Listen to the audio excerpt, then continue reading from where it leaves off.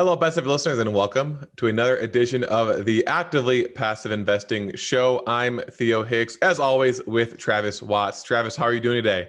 Hey, Theo. Thrilled to be here. Yep, thanks for joining me again. And today we're going to talk about the 5 different risk profiles in real estate. And we're going to talk about this specifically more towards multifamily because that's what Travis and I are experienced in. But overall, these are going to be the 5 different types of passive investments that you can do when you're investing in real estate. So these are different types of properties.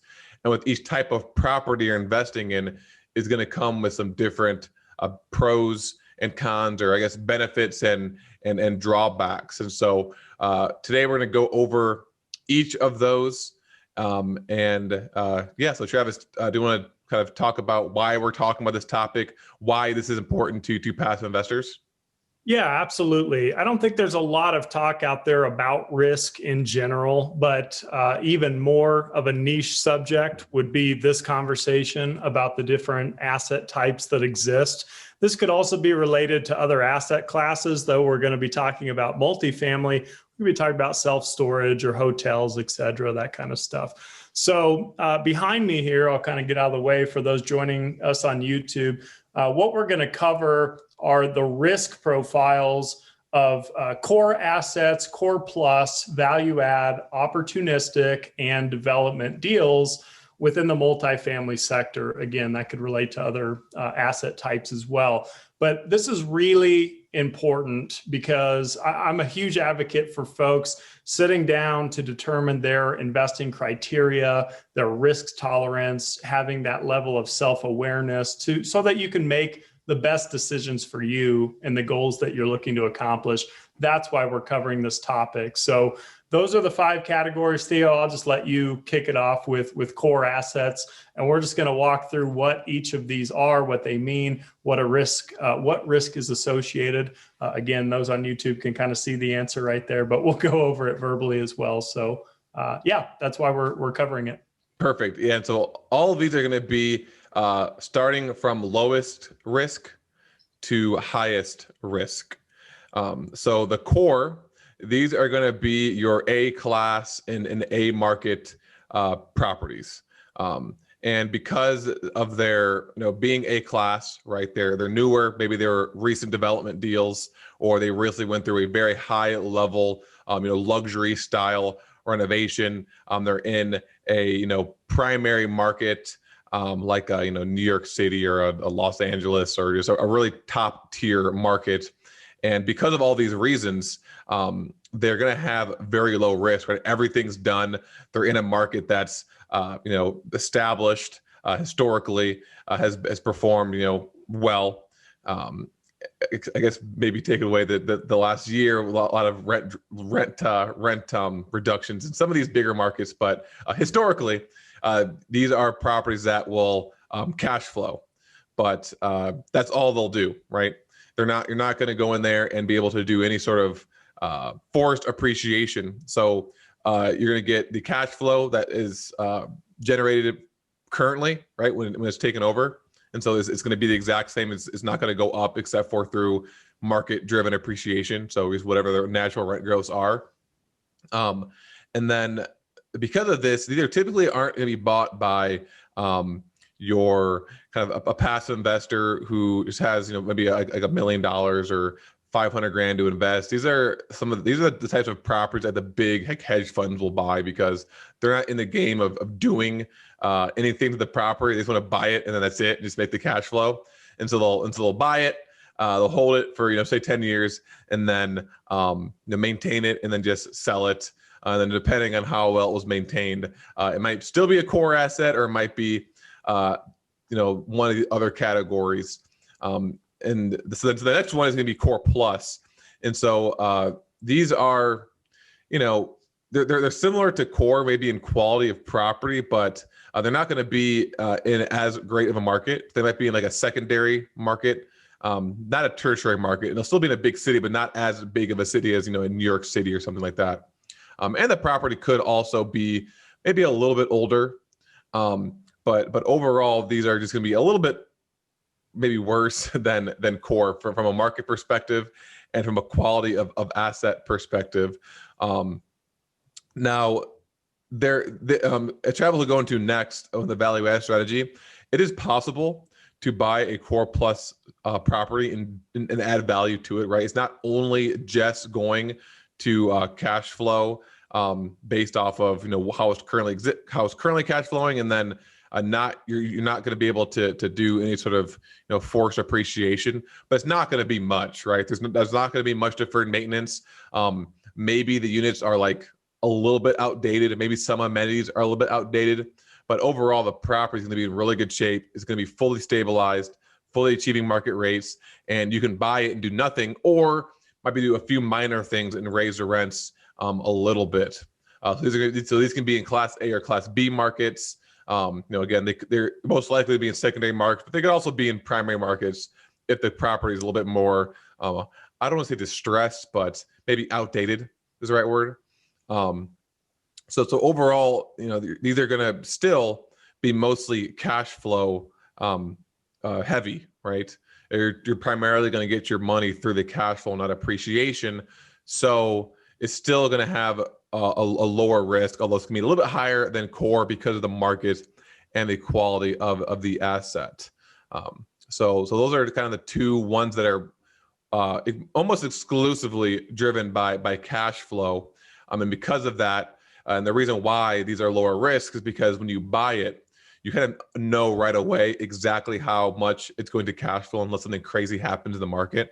Right? You don't have to do anything to increase the cash flow and then hope you get that increase, hope you invest the right amount of money.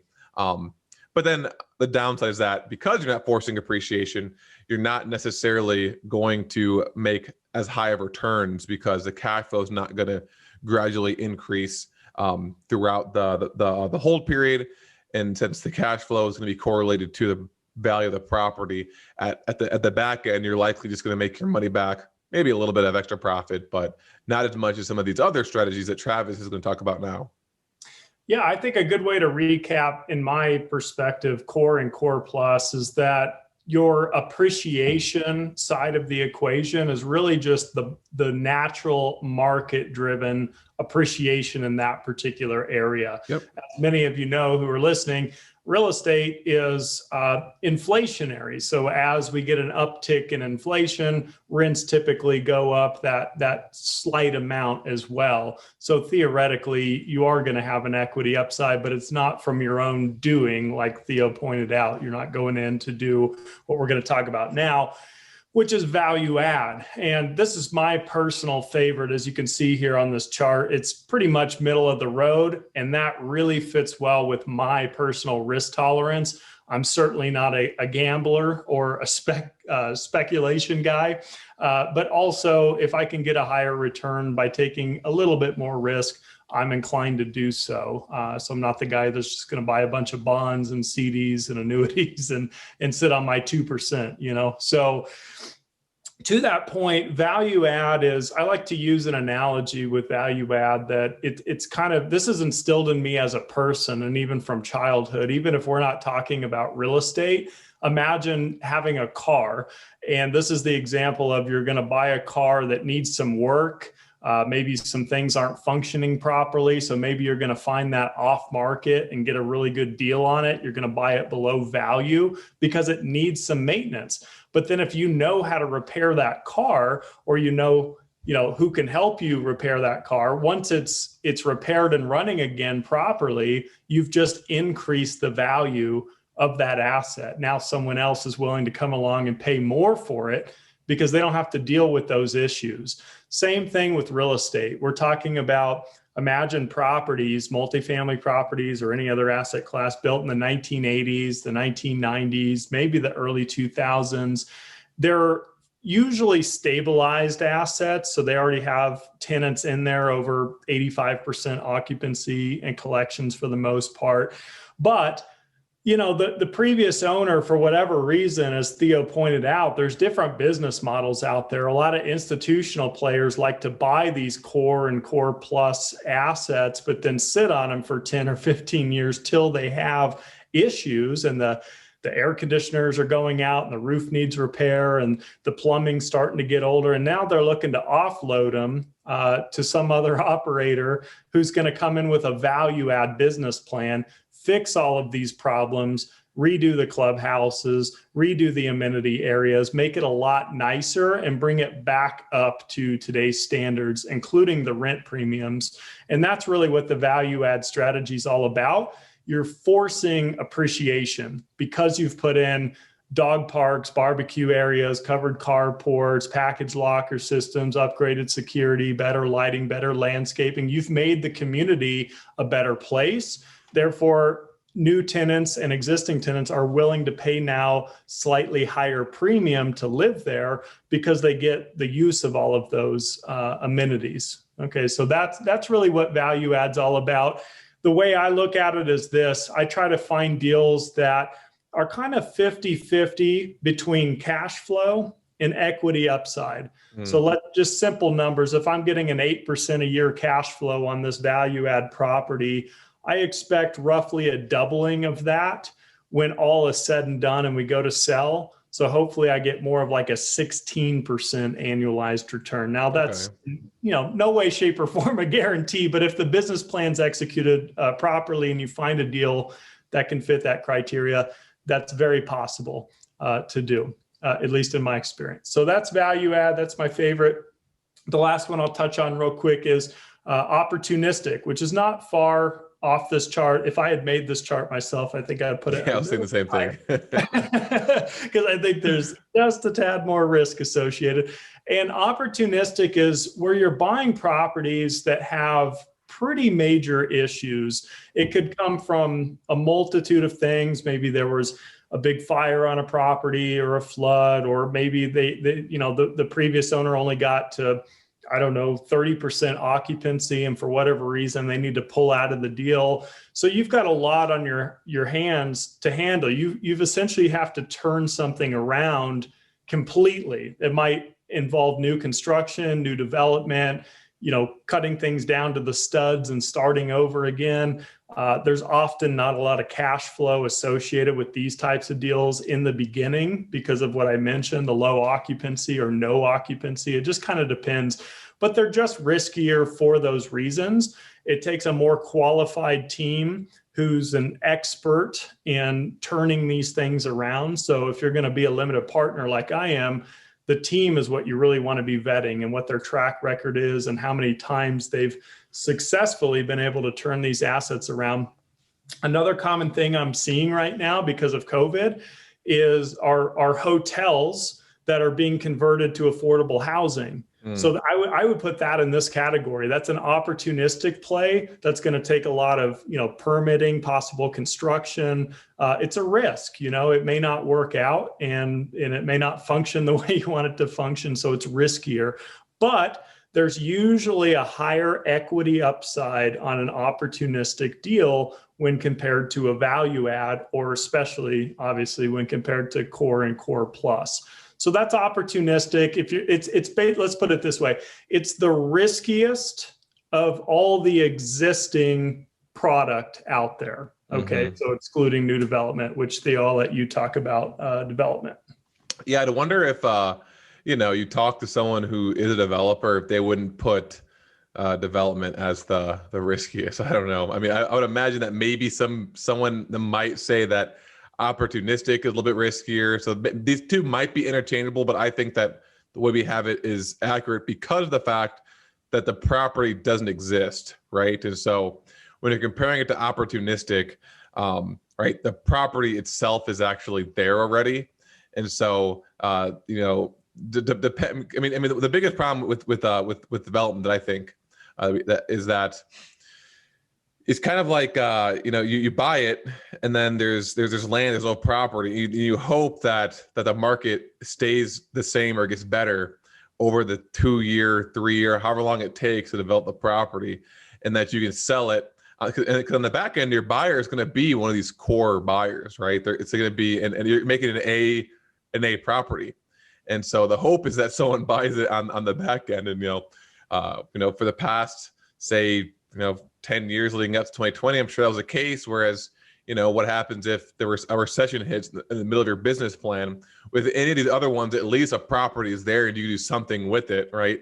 And you kind of have historical information on how this property has performed to say, okay, well, worst case scenario, right? I could just, maybe use this really, properties that's in really bad shape and just, rent it out. Maybe I'll lose a little bit of money, but at least I'll be generating some cash flow, right? I'll be able to pay back to cover debt service at the very least. Whereas with development, it's very risky because there's not a property. There's no property that exists, or if the property does exist, it's something that needs to be knocked down.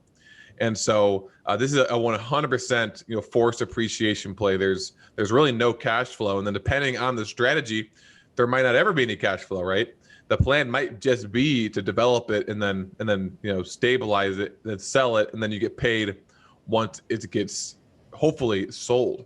And so again, as I kind of mentioned, people do development and they make a lot of money off doing development because it does, as you can see in the graph, have the highest return potential, equity upside play, because you're kind of building it from scratch. But I definitely understand why it's on the top of this list, because there's nothing there. Nothing exists on the vacant land. And sure, there's some things I'm sure you could do with the vacant land, but the biggest risk here is for all of these, what happens, because the way I kind of look at this is like, okay, well, let's say the exact same experience level GP was in charge of all of these deals, then really at that point, the major risk point is going to be the market. And so if something happens in the market, which one of these are the most exposed? And so, core plus, value add, opportunistic development, in that order, the exposure increases. Because at the end of the day, right, if I'm going to invest with in a core deal and the GP doesn't know what they're doing, yeah, it's going to be riskier than if I invest with a 30-year veteran of, a 30-year developer veteran, right? So assuming that you're investing with a good GP in a good market, then the risk factor is going to be the overall, economy. And if something happens to the economy during a core plus value add, it's going to be less impacted. You still might be able to make money. Or with opportunistic development, you might not be able to sell it. You might sell it for a loss. You might just get your money back. Who knows at that point? I've seen this stuff play out, Theo, firsthand, with good intentions. But here's the thing. At the end of the day, the way I look at development is the key word is speculation. Okay. And if that matches your risk tolerance, like a lot of people, they pick stocks or, growth stocks, penny stocks, this kind of stuff, day trading. This is a lot of speculation that's, to your point, market dependent, right? It's what the stock market overall is going to be doing, and that's kind of out of your control. But there are elements that you can do, but you're speculating on what the future price is going to be. You're speculating on future cap rates. You're speculating on future interest rates, speculating on the cost of lumber and materials and labor and the ability to get permits and so many things, right? All your contractors and team and renders, and it's just a lot of speculation. But to your point, you should be rewarded for that. So as a limited partner, if you're ever looking at one of these business models and you're seeing, the risk is up here at the top, well,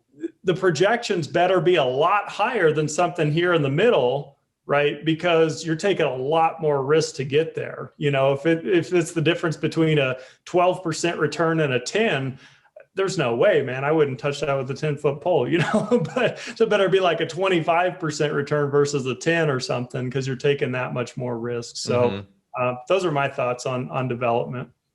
Yeah. So to wrap up, kind of my final thoughts on this, and it's kind of what you said, but maybe saying it in a little different way, is that when you kind of go up, starting from core to core plus to value add, opportunistic to development, as you go up each step in the risk profile, you have more and more. So you're making the GPs, sorry, not you, the passive investor, but the GPs are making more and more assumptions, right? And so for core, you're buying it and you're still gonna have some assumptions, but you know what the cash flow is going to be, you know what the expenses are going to be, and then if something happens to the market, it's going to impact all of these things more or less equally. So then core plus, more assumptions, because you might have to do a little bit of work to it. Value add, even more assumptions. Opportunistic, even more assumptions. Development, it's really all assumptions at that point.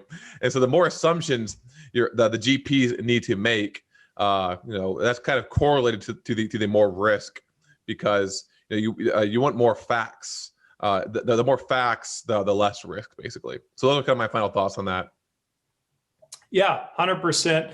And I guess just my conclusion to all this is, like I said in the beginning, big advocate for sitting down with yourself, with your partner, with your team, whatever, and figuring out first. I always start with my goal. So I don't know. Let me give you two quick examples. So if someone has a goal of, I want to create $10,000 a month in cash flow so that I can leave my corporate job. Well, now you need to start finding deals that are going to help you accomplish that goal. For example, if you're looking for cash flow, you're going to be looking at core plus, value add, more than likely, right? You're probably not going to be doing opportunistic or development in that situation. And then you needed to figure out, your risk tolerance and what sits well with you. Conversely, you say, hey, I'm 35 years old. I don't plan on retiring till I'm 65. I'm going to be using my IRA money, and I could care less about cash flow and distribution. So I might as well take some more risk because I'm younger, do a couple of development deals, hopefully get a higher return, and start building up that nest egg with a goal of having $3 million by the time you retire or something like that. So everyone's going to be different. This isn't an episode to bash one or the other. I just shared with you kind of my risk tolerance and what sits well with that. But really, it's about you and your goals and what's going to work best for you. Yes, that's a great point. Yeah, there's no, none of these are absolutely universally better than the other one. It depends on, what you're trying to accomplish. So yeah, I couldn't agree more. So yeah, those are the 5 real estate risk profiles. Just to say them one more time: core plus, value add, opportunistic, and development. So Travis, as always, thank you for joining us today. Best ever listeners, thank you for listening. Have a best ever day, and we'll talk to you tomorrow.